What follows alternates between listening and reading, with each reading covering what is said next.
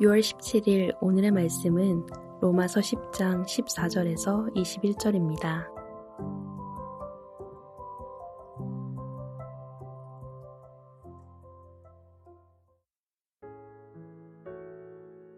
그런즉 그들이 믿지 아니하는 이를 어찌 부르리요? 듣지도 못한 이를 어찌 믿으리요? 전파하는 자가 없이 어찌 들으리요? 보내심을 받지 아니하였으면 어찌 전파하리요? 기록된 바 아름답도다 좋은 소식을 전하는 자들의 발이여 함과 같으니라. 그러나 그들이 다 복음을 순종하지 아니하였도다. 이사야가 이르되 주여 우리가 전한 것을 누가 믿었나이까 하였으니 그러므로 믿음은 들음에서 나며 들음은 그리스도의 말씀으로 말미암았느니라.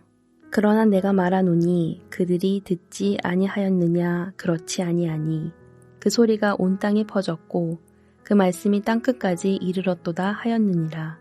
그러나 내가 말하노니 이스라엘이 알지 못하였느냐 먼저 모세가 이르되 내가 백성 아닌 자로서 너희를 시기하게 하며 미련한 백성으로서 너희를 노엽게 하리라 하였고 이사야는 매우 담대하여 내가 나를 찾지 아니한 자들에게 찾은 바 되고 내게 묻지 아니한 자들에게 나타났노라 말하였고 이스라엘에 대하여 이르되 순종하지 아니하고 거슬러 말하는 백성에게 내가 종일 내 손을 벌렸노라 하였느니라.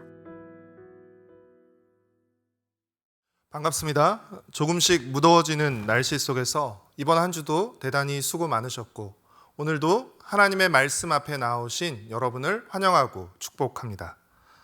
로마서를 쓴 바울은 유대인 중에 유대인이었으며 그 어떤 유대인보다 율법에 열심인 사람이었습니다. 사실 그 열심 때문에 예수님을 믿는 자들을 체포하기 위해 먼 다메섹까지 원정을 갔던 것이었습니다. 그러나 바울은 다메섹으로 가는 도중에 부활하신 예수님을 만났고 이방인의 사도로 부름을 받았습니다. 그 후 그는 20여 년간 온갖 위험과 박해를 무릅쓰며 복음을 전했는데 아이러니하게도 동족인 유대인들은 복음을 거부하고 이방인들은 복음을 받아들였습니다. 바로 이 지점에서 바울의 큰 근심과 고통이 생기게 된 것입니다. 로마서 9장부터 11장까지는 바울의 이러한 고통과 근심과 고통에서 비롯된 내용이라고 할 수 있는데, 단순히 바울의 사적인 감정에 대한 내용이 아니라 하나님의 주권적 선택에 관한 신학적 내용이라고 할 수 있습니다. 솔직히 이방인인 우리에게 9장부터 11장까지의 내용은 별로 중요하지 않고 크게 와닿지 않을 수도 있습니다. 하지만 유대인으로서, 그리고 동시에 이방인의 사도로 부름받아 복음 사역을 하는 바울에게 유대인의 구원 문제는 매우 큰 문제였고, 더군다나 로마서를 받는 로마 교회는 유대인 그리스도인들과 이방인 그리스도인들로 이루어져서 서로 긴장하고 갈등하고 있었기에 어떤 식으로든 먼저 하나님의 백성으로 선택받았지만 지금은 복음을 거부하고 있는 이 유대인들에 대한 문제를 언급할 필요가 있었던 것입니다. 바울은 로마서 1장부터 8장까지 죄 아래, 그래서 하나님의 진노 아래에 있던 인간이 우리가 예수 그리스도를 통해서 의롭게 되어서 의 아래로, 하나님의 은혜 아래로 옮겨오게 되었다는 것을 자세히 설명했습니다. 우리가 죄 아래에서 은혜 아래로 옮겨오게 된 것은 우리의 행위가 아닌 예수 그리스도의 행위에 근거한 것으로서, 예수님은 우리가 아직 죄인 되었을 때, 예수님을 믿지 않고 하나님의 원수로 살 때 우리를 위하여 죽으심으로 우리를 향한 하나님의 사랑을 증명해 주셨습니다. 그러니까 예수님을 통한 하나님의 은혜가 선행하고 그 은혜를 받아들이는 믿음을 통해 우리는 하나님의 은혜를 누리게 되는 것입니다. 항상 하나님의 은혜가 선행하기에 우리의 믿음은 하나님의 은혜의 조건이 될 수 없고, 우리는 하나님의 은혜를 받는 그 일에 어떤 공로도 자랑할 수 없는 것입니다. 이것이 믿음으로 말미암는 의이고 믿음으로 말미암는 구원으로서 하나님은 처음부터 믿음으로 말미암는 의를 통해 우리를 구원하시고자 계획하셨던 것입니다. 그런데 지금 한 가지 문제가 발생했습니다. 그 문제가 무엇이냐면, 이 복음을 들은 이방인들은 예수님을 믿어서 하나님의 은혜를 누리고 있지만, 먼저 하나님의 백성으로 선택받은 유대인들은 예수님 믿기를 거절함으로써 하나님의 은혜를 누리지 못하고 있다는 것입니다. 도대체 이런 아이러니한 상황을 어떻게 받아들이고 해석해야 하느냐 하는 것입니다. 하나님이 이스라엘을 잘못 선택한 것입니까? 아니면 하나님의 이스라엘 선택이 실패한 것입니까? 이러한 반론에 바울은 아니다 라고 답합니다. 하나님의 구원 계획은 처음부터 하나님의 주권적 선택에, 하나님의 은혜의 선택에 믿음으로 응답함으로써 의롭게 되는 것으로서 유대인과 이방인 가릴 것 없이 누구든지 예수님을 믿고 그 이름을 부르는 자를 구원하는 것이었습니다. 예수님의 이름을 부른다는 것은 단순한 지적 동의나 고백으로 끝나는 것이 아니라 예수님을 주님으로 모시고 살아가는 전인적인 순종을 의미하는 것입니다. 바울은 로마서 10장 13절에서 누구든지 주의 이름을 부르는 자는 구원을 얻으리라 라는 말씀을 언급했습니다. 그리고 14절부터 이 순서를 역으로 되짚어 설명합니다.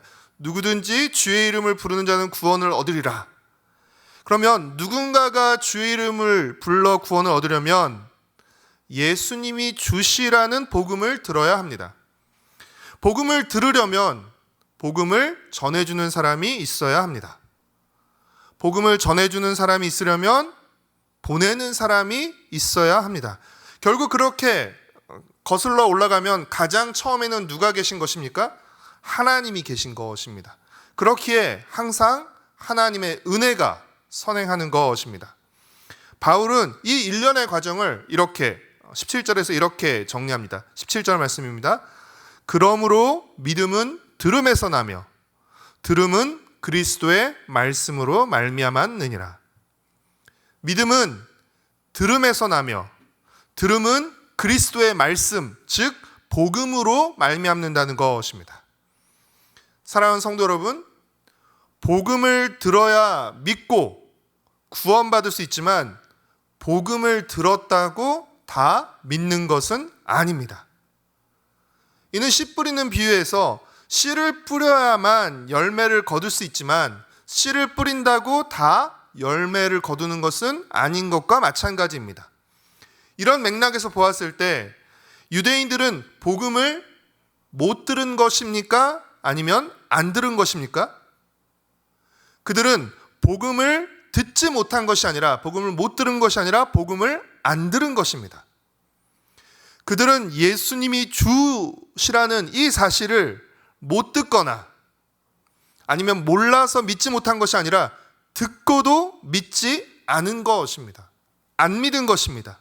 왜냐하면 그들은 율법으로 말미암는 의를 추구하며 믿음으로 말미암는 의를 거부한 것입니다.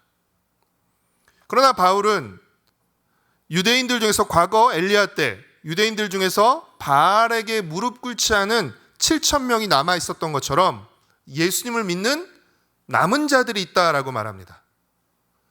그러니까 하나님의 계획은 처음부터 혈통적 유대인이 구원받는 것이 아니라 예수님을 믿는 이면적 유대인들, 남은 유대인들을 구원하시고자 했던 것입니다.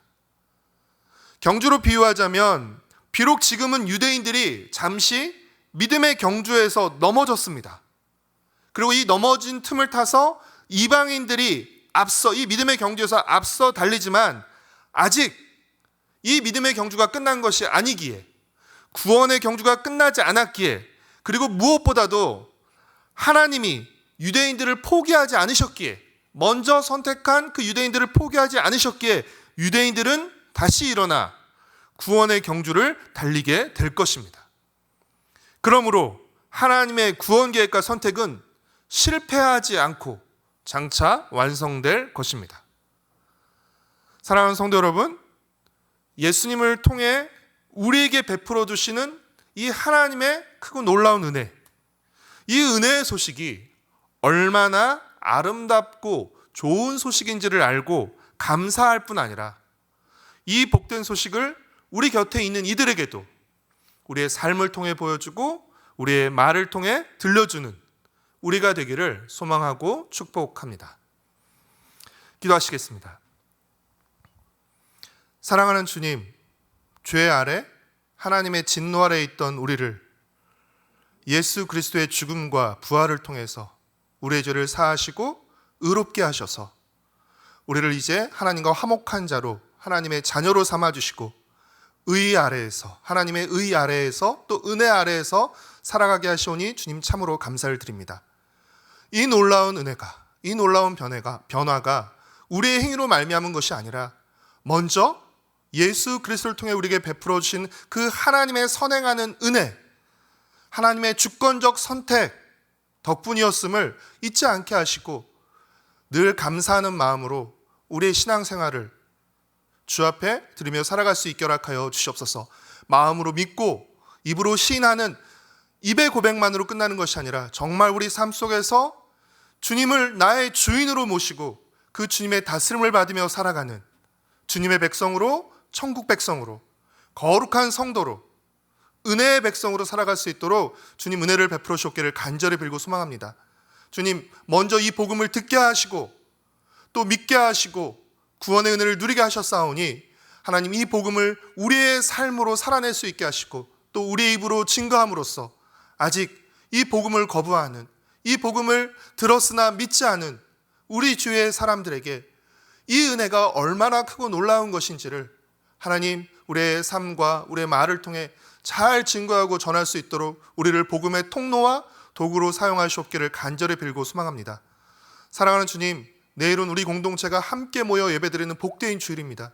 이 은혜 아래에 있는 주의 백성들이 함께 모여 예배할 때 주님 우리의 찬양과 영광을 받아 주시옵시고 우리가 이 예배의 자리에 있는 것이 얼마나 크고 놀라운 은혜인지를 하나님 다시 한번 감사하며 주님이 주시는 새 마음과 은혜로 우리의 속사람이 힘을 얻고 또 소망을 얻는 시간이 될 수 있도록 은혜를 베풀어 주시옵소서.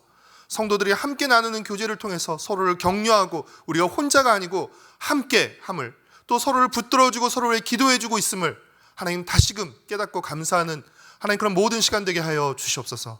감사드리오며 예수님의 이름으로 기도드렸습니다. 아멘. 하늘에 계신 우리 아버지여, 이름이 거룩히 여김을 받으시오며 나라가 임하시오며 뜻이 하늘에서 이루어진 것 같이 땅에서도 이루어지이다. 오늘 우리에게 일용할 양식을 주시옵고 우리가 우리에게 죄 지은 자를 사하여 준 것 같이 우리의 죄를 사하여 주시옵고 우리를 시험에 들게 하지 마시옵고 다만 악에서 구하시옵소서. 나라와 권세와 영광이 아버지께 영원히 있사옵나이다. 아멘.